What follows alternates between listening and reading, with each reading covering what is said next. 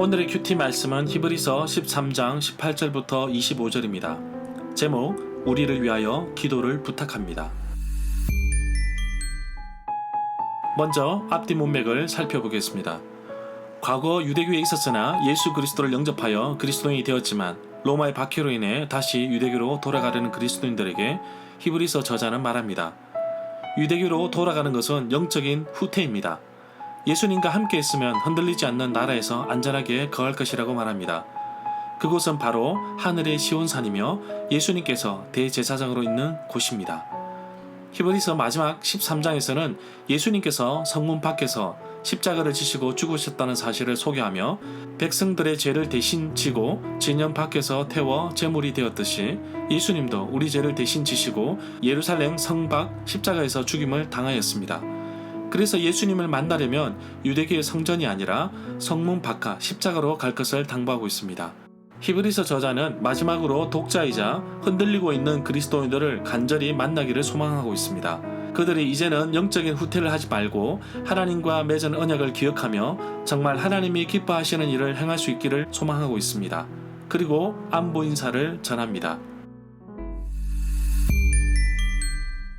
문단을 나눠보겠습니다. 18절부터 21절은 우리를 위해서 기도해 주십시오. 22절부터 25절은 안부 인사. 18절에 보면 히브리서 저자는 독자들에게 우리를 위해 기도해 달라고 합니다. 바울도 데살로니가 교인들에게 우리 바울 일행을 위해 기도해 달라고 부탁하였습니다.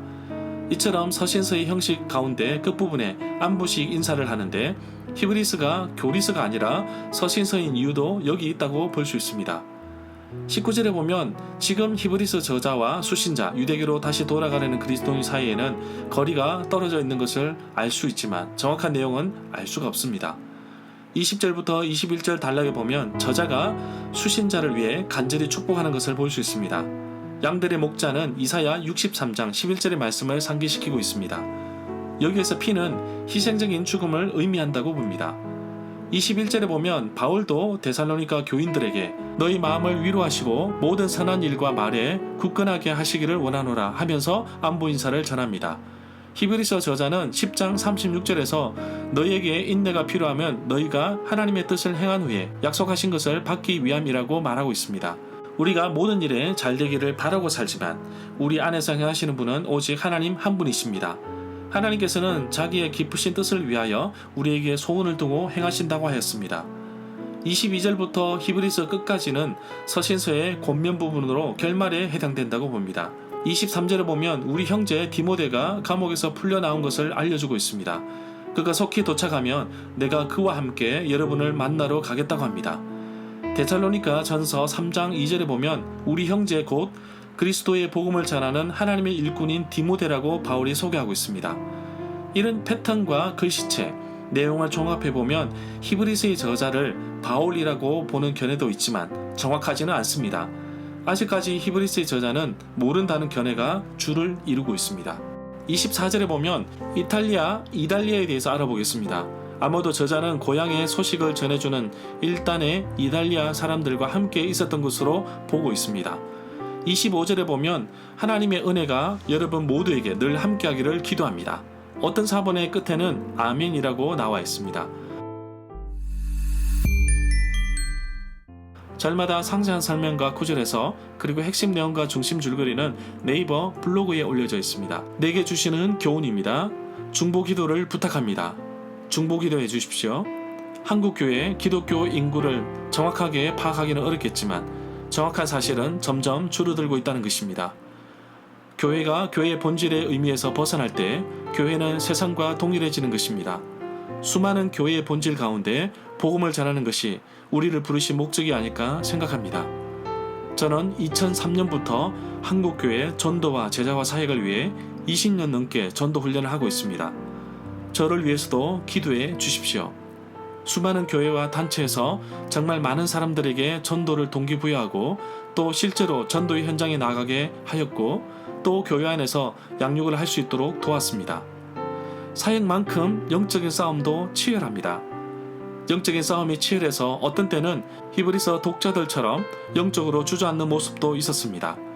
그래도 기도해주는 분이 계셔서 오늘도 힘을 얻어 사역의 현장으로 나갑니다. 매일 아침 큐티 말씀을 나누는 분들과 한국교회 성도님들에게 부탁하고 싶습니다. 사사기 2장 10절에 보면 여호수아가 죽고 나서 이제는 그 믿음의 신앙을 이어받는 다음 세대가 아닌 믿음의 신앙을 전혀 모르는 다른 세대가 등장합니다. 우리가 기도하지 않는다면, 우리가 신앙적으로 나태하면 우리 아이들의 세대는 부모님의 신앙을 이어받지 못한 다른 세대가 나올 수 있습니다. 우선 부모님의 신앙이 바로 서야 자녀들에게 유산으로 넘겨줄 수 있습니다. 함께 기도하기를 원합니다. 우리 시대에 하나님께서 주신 귀한 사명을 다음 세대에도 넘겨줄 수 있도록 기도로, 그리고 많은 관심으로 다음 세대에게 넘겨주기를 원합니다. 하나님은 나에게 필요한 모든 좋은 것을 준비해 주시는 분이십니다. 오늘 하나님께서 나를 위해 무엇을 준비하고 계실까 정말 기대가 됩니다. 온라인 전도 플랫폼을 개발하여서 한국교회에 런칭하고 접목하고 있습니다. 비대면 시대에 전도를 지속적으로 이어가는 좋은 도구가 되기를 소망합니다. 오늘도 한 영혼이 복음을 듣고 주께로 돌아오는 놀라운 사역이 나의 삶 속에서 계속 이어지는 하루가 되기를 간절히 소망합니다. 히브리서 큐티를 마치면서 히브리서 큐티는 지난 2019년 6월에도 하였습니다. 2022년 7월에는 지난 큐티를 규모 있게 정리하여 완성하였습니다. 히브리서를 두고 신약 성경 가운데 또 하나의 구약 성경이라고도 부릅니다. 그런 이유는 히브리서에는 성전, 성막, 제사에 대한 여러 가지 이야기가 많이 나왔습니다. 그럼에도 불구하고 교리서라기보다는 서신서, 편지로 분류됩니다. 로마서와 같은 교리서라고 생각하지 말고 유대교에서 기독교로 개종하였던 독자들에게 격려하기 위해 쓰인 편지라고 볼 수 있습니다. 내용 역시 복잡하고 어렵지만 독자들을 향한 저자의 간절함을 느낄 수 있었습니다.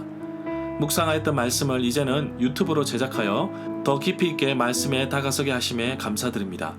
하나님께서 주신 은혜에 감사하고 또 함께 묵상을 나누게 하심도 감사합니다.